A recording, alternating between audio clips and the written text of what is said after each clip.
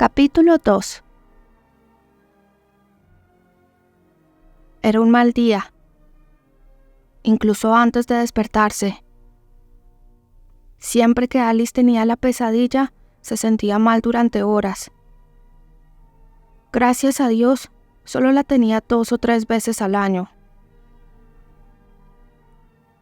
En la pesadilla, siempre estaba afuera, al otro lado de las puertas cristaleras, y oía aquella voz perezosa que preguntaba con malicia: ¿para qué demonios vas a casarte con una mandona larquiducha como esa? 3 metros de alta y toda huesos. No es exactamente las que calientan a un hombre por la noche, y con lo dominante que es, te tendrán un puño, seguro. Después de una breve pausa, su amado respondía, no para defenderla, ni para mencionar el amor que había proclamado con entusiasmo delante de ella. Pues por dinero, claro. ¿Por qué otra cosa iba a hacer? Saldrá bien. Una vez que yo controle su fortuna, ya veremos quién manda aquí. Las palabras disparaban la conocida náusea y el terrible dolor que habían impulsado a Alice a huir de la única vida que conocía. Pero aquella mañana estaba de suerte. Antes de que el sueño pudiera continuar hasta alcanzar lo más bajo de su degradación, algo le hizo cosquillas en la nariz. Estornudó. Una forma segura de despertarse cuando uno está cerca de la superficie del sueño. Abrió los pesados párpados para ver una radiante ninfa del amanecer. La deslumbrante visión sentada al borde de la cama tenía unos rizos de color de oro viejo, una cara perfecta con forma de corazón y unos cándidos ojos de color azul oscuro. Era bien sabido que la visión de la señorita Meredith Spencer, Merry para los amigos, alegraba el corazón más endurecido. Aunque el corazón de Alice no estaba endurecido, costaba mucho alegrárselo a esas horas de la mañana. Ver a una damita con un aspecto tan despistadamente alegre, tan temprano, no era suficiente. Antes de que pudiera hacer nada más que lanzar una torva mirada a su pupila, un suave objeto peludo le rozó la cara. Alice estornudó de nuevo. ¡Qué demonios!, exclamó, incorporándose en la cama. «Ah, eres tú, Atila. Te lo advierto, gato. La próxima vez que me despiertes pasándome la cola por la cara, te echaré de comer a un perro». Repartiendo su regañina impersonalmente entre Merry y el gato, Alice apartó la espesa melena de la cara. La trenza que se hacía por la noche se le había deshecho al agitarse presa de la pesadilla, y ahora el pelo le caía por encima de los hombros. Necesitaría 5 minutos más, como mínimo, para desenredarlo.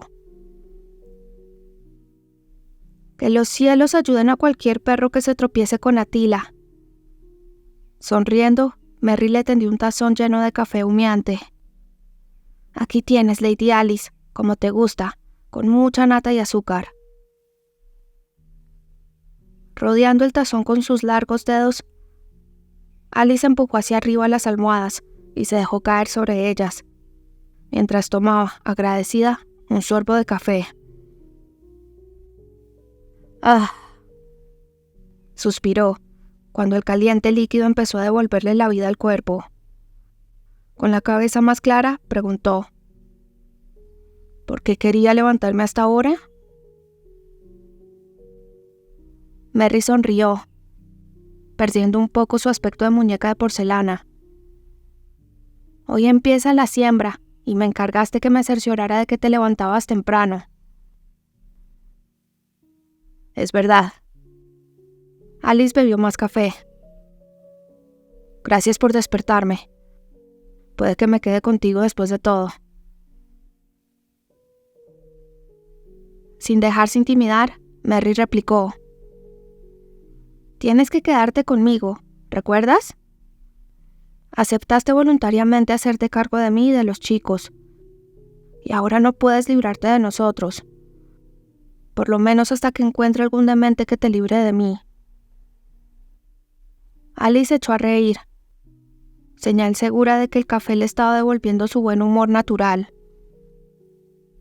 Sin ninguna duda, todos los hombres que se amontonan a tu alrededor han perdido la razón, pero siempre es porque sufren de amor no correspondido.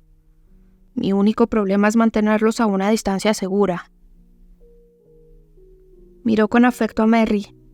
Su pupila era la clase de belleza rubia y menuda por la que Alice habría matado cuando era adolescente. Sería fácil odiar a Merry si no fuera una persona tan absolutamente agradable. Además, también era inteligente y tenía tanto mundo que asustaba a una joven de solo 19 veranos. Ocupaba un lugar en la vida de Alice que comprendía en igual medida el de hija y el de mejor amiga, aunque a veces resultaba difícil decir quién educaba a quién. Dado que su guardiana mostraba señales de vida, Merry dijo: «Uno de los chicos de la granja ha dejado una nota para ti. Estaba dirigida para Lady Alice. Escrito Alice, claro. Es demasiado temprano para pedir disculpas por cómo escriben mi nombre», dijo Alice, antes de bostezar de nuevo. Además, si supieran escribirlo correctamente, lo más probable es que lo pronunciaran mal. ¿Qué decía la nota? Algo de las gallinas. Debía de ser Borlow. Pasaré a verlo luego. Alice acabó el café y luego balanceó sus largas piernas, sacándolas de debajo de las mantas por un lado de la cama, y empezó a tantear buscando las zapatillas. «Ya puedes marcharte. No me volveré a dormir. Llévate a ese gato imbécil y dale de comer». Merry soltó una risita y se inclinó para coger en brazos al enorme gato de pelo largo. Attila era un montón de pelo, una suave manta de rayas y manchas blancas que hacía difícil recordar al gatito desgreñado y muerto de hambre que Alice había sacado medio ahogado de un arroyo. En la actualidad, el animal daba por sentado que tenía derechos naturales y que los campesinos que no le proporcionaban su desayuno no merecían ni su desprecio. Aulló acusador mientras Merry lo sacaba de la habitación. Sentada en el borde de la cama, Alice hundió la cabeza entre las manos, mientras su buen humor se iba desvaneciendo bajo la persistente depresión causada por la pesadilla. Después de un momento, suspiró y se levantó. Se puso su gastado albornoz rojo y fue a sentarse frente al tocador. Mientras se pasaba los dedos por el pelo para deshacer los enredos, miró su imagen y juzgó sin apasionamiento su aspecto, lo que, como bien sabía, era el mejor antídoto contra el sueño. Aunque no era la clase de mujer que un hombre desearía, por lo menos no era realmente fea. Su tez estaba un poco demasiado tostada para la moda imperante, pero sus rasgos eran regulares, y de haber sido un hombre, se le podría haber considerado apuesta. Pero su cara, como el resto de su persona, era demasiado grande. Medía 1,78 m descalza, tan alta o más que la mayoría de los hombres de Strickland. Una vez deshechos los enredos, empezó a cepillarse el pelo. Allá, por los días en que su fortuna la hacían falsamente deseable, decían que sus pesadas trenzas eran de color caoba. Ahora que trabajaba para ganarse la vida, eran simplemente de color castaño. Un color sin distinción alguna. Sin embargo, en privado, Alice pensaba que el pelo era su característica más atractiva. Había vuelto a crecer, más largo y espeso, después de que se lo cortara sin miramientos y brillaba con mechas doradas y cobrizas. Pero era básicamente de color castaño. Dividiéndolo en línea recta desde el centro de la cabeza, empezó a hacerse la primera de las dos trenzas. Cuando acabó ambas, se las enrolló alrededor de la cabeza formando una pulcra corona. Al sol de la primera hora de la mañana se hacía claramente visible su rasgo más singular. Su ojo derecho era gris verdoso, mientras que el izquierdo era de un cálido color castaño. Alice no había conocido a nadie más que tuviera esa peculiaridad. Le parecía injusto tener los ojos de distinto color y al mismo tiempo ser tan estrafalariamente alta. La idea le hizo sonreír ligeramente. Al hacerlo, mostró una de sus peculiaridades más lamentables. Por lo general olvidaba los estúpidos hoyuelos que aparecían cuando sonreía o reía. Pero al verse en el espejo recordó lo absolutamente incongruentes que resultaban en una yegua de su porte. Mary, rubia y con aspecto de muñeca, era la que debía haber tenido los hoyuelos, pero contra toda lógica no los tenía. No cabía duda, la vida no era justa.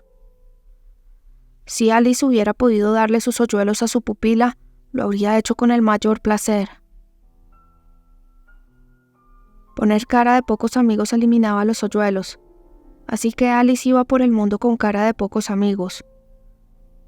Sus cejas, oscuras y sesgadas, atemorizaban incluso cuando sonreía, y cuando fruncía el ceño le daban un aspecto verdaderamente intimidatorio.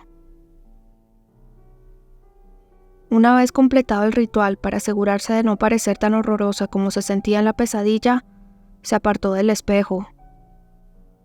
Lástima que ese día tuviera que supervisar la siembra y se viera obligada a llevar pantalones, una camisa de hilo y una chaqueta de hombre. Sus habituales vestidos oscuros eran mejores para contener los excesos de su figura, pero las ropas masculinas que exigía parte de su trabajo dejaban demasiado claro que estaba dotada de las normales curvas femeninas. Dado su absurdo tamaño, el efecto era un tanto abrumador. No todos los hombres se sentían repelidos. Había visto suficientes miradas a hurtadillas para adivinar que algunos se preguntaban cómo sería acostarse con una larguirucha. No sería ella quien les dejara averiguarlo. Encasquetándose el deformado sombrero negro, Alice Weston, llamada Lady Alice a la cara y otras cosas a sus espaldas, la solterona de 30 años de la parroquia y administradora de gran éxito de la propiedad conocida como Strickland en el condado de Dorset, bajó pisando fuerte la escalera para empezar a supervisar una larga jornada de trabajo en los campos. El día resultó ser más fatigoso de lo que esperaba. La nueva sembradora que Alice había comprado tenía un funcionamiento imprevisible.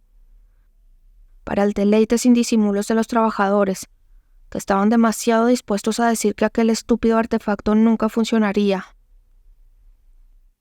Dotada de una considerable maña para los artilugios mecánicos, Alice consiguió que el aparato se pusiera en marcha después de una hora arrastrándose por debajo de él en la húmeda tierra.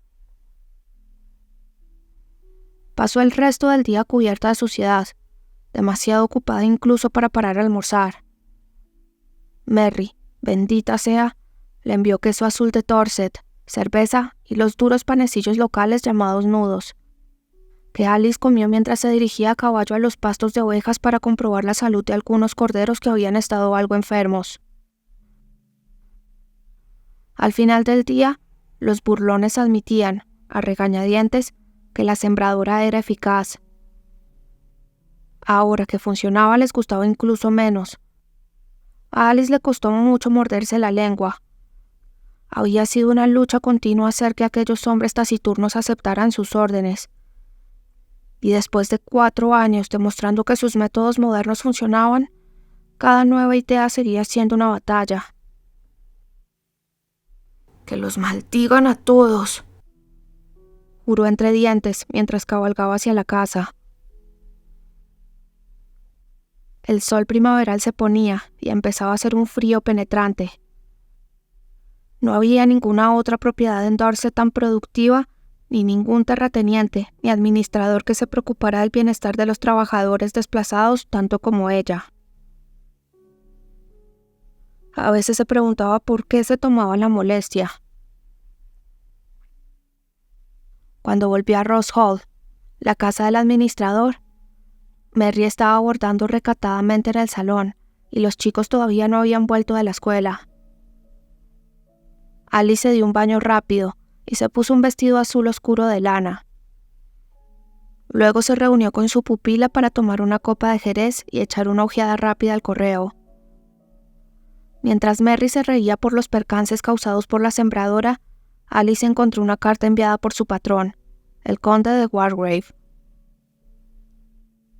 Frunciendo el ceño, rompió el lacre y abrió la carta.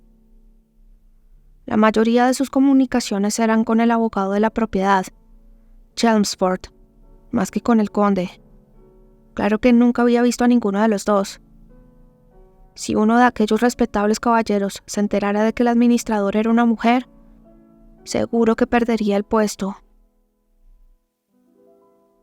El viejo conde nunca había abandonado su casa principal en Gloucestershire, pero el nuevo era joven, activo y concienzudo. Le preocupaba que un día se presentara de improviso. Por suerte, en la única visita que había hecho a Strickland, le había avisado con el tiempo suficiente para que se esfumara con sus pupilos, dejando un mensaje que decía que una enfermedad en la familia lo había obligado a marcharse. Además, dio órdenes tajantes a todos para que nadie revelara su sexo. Después de una semana junto al mar, en Lyme Regis, Alice volvió y supo que nadie había traicionado su secreto, que los libros habían sido minuciosamente estudiados y aprobados, y que Wargrave había dejado una carta elogiosa que incluía varias propuestas inteligentes para que ella las considerara. Puede que aquel hombre hubiera pasado la mayor parte de su vida en el ejército, pero estaba claro que no era ningún estúpido. Aparte de esa única visita, Wargrave la había dejado en paz para que llevara la propiedad como mejor le pareciera. Era un acuerdo ideal, y ella había esperado que todo continuara sin cambios, de forma indefinida. Ese pensamiento debía de haberle traído mala suerte. Alice inspiró con fuerza al leer la carta. Merry levantó los ojos del bordado, con aire inquisitivo. ¿Algo va mal? Alice sonrió crispadamente. Sabía que tendría que haberme quedado en la cama esta mañana. Merry guardó las madejas de hilo de seda en el costurero y fue al lado de Alice. ¿Qué ha pasado? En silencio, Alice le tendió la carta. Lord Wargrave deseaba informar al señor Weston de que Strickland había sido transferida a su tío, Reginald Davenport. No tenía idea de cuáles eran los planes de este para la propiedad. No obstante, el conde había quedado muy impresionado por la capacidad del señor Weston. Si las cosas no funcionaban con el nuevo propietario, Wargrave estaría encantado de buscarle otro puesto de administrador, quizá para encargarse del mismo Wargrave Park. Presentaba sus disculpas por las molestias, etcétera, etcétera. «Dios mío», dijo Merry bajito. «Esto podría complicar las cosas». Esa es una de las formas más elegantes que he oído nunca de subestimar la situación. Alice se levantó y empezó a recorrer la sala con largas y furiosas zancadas. «A lo mejor no cambia nada», dijo Merry esperanzada. «Me parece que he leído algo sobre el señor Davenport. ¿No es una especie de deportista? Puede que viva en Londres, cobre las rentas y nunca se acerque por aquí». Una cosa es que el Lord Wargrave no venga, dado que Strickland es solo una entre una docena de propiedades. Pero si esta es la única propiedad que tiene Reginald Davenport, seguro que vendrá de vez en cuando. Vacaciones, fiestas para sus amigos, casa. Quizá decida vivir aquí parte del año. Se detuvo frente a la chimenea y se quedó mirando fijamente cómo bailaban las amarillentas llamas. Hay un límite en el número de parientes enfermos que puedo inventarme para huir de él. «Pero tienes un contrato», dijo Merry, frunciendo el ceño. Alice encogió de hombros mientras cogía el atizador de su soporte de bronce. Un contrato no tiene mucho más valor que el deseo de respetarlo. Davenport podría amargarme tanto la vida que yo no quisiera quedarme aquí.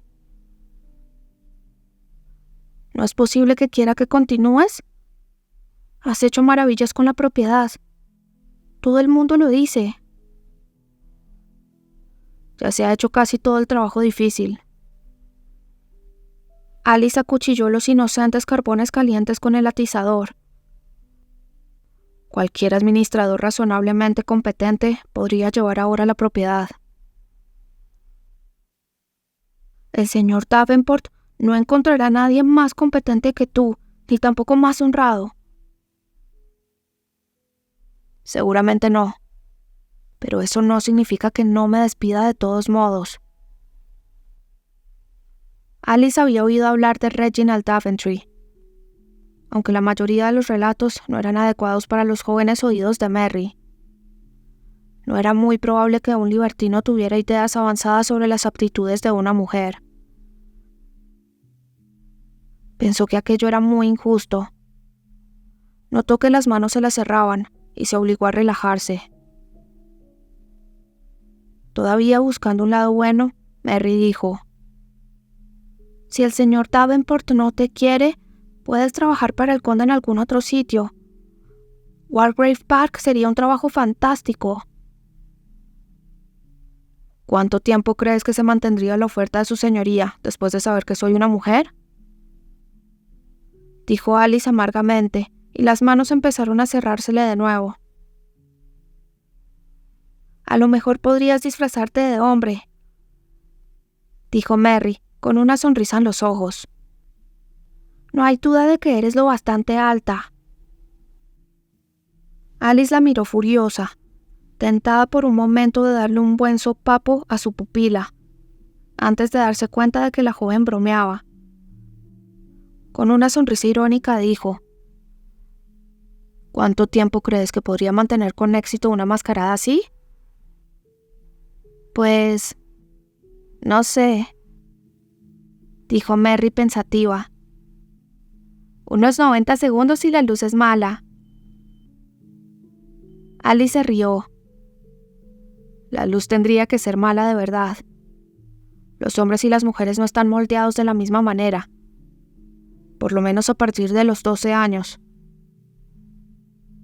«Cierto, y tú estás muy bien moldeada, por mucho que te empeñes en ocultarlo». Alice soltó un resoplido. Mary mantenía con firmeza que su tutora era muy atractiva. Una defensa que era más un tributo a su naturaleza bondadosa que a su buen criterio. Ahora sus comentarios tenían la intención de distraerla, pero Alice se negó a morder el anzuelo. «Incluso suponiendo que Lord Walgrave fuera lo bastante radical para contratarme, es necesario que siga supervisando la alfarería. No podemos trasladarnos a Gloucestershire.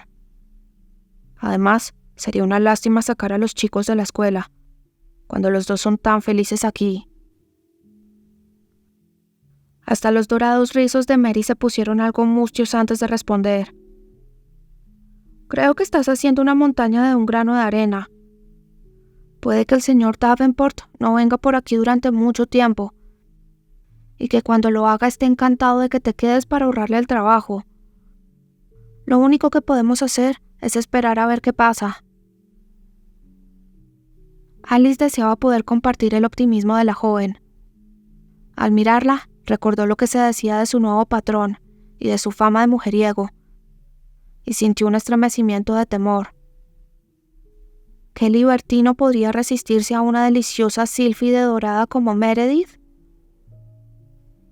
La joven era sensata y tenía un sólido sentido moral, pero seguía siendo muy inocente. No era rival para un hombre de mundo, cínico y amoral. Otra preocupación más, y muy importante. Alice miró el fuego con los labios apretados. En tanto que mujer sola, había pasado la última docena de años luchando contra los convencionalismos y los prejuicios que forjase una vida cómoda y productiva. Ahora, sin ninguna culpa por su parte, Todo aquello por lo que había trabajado se veía amenazado. Sin haberlo visto nunca, ya odiaba a Reginald Davenport.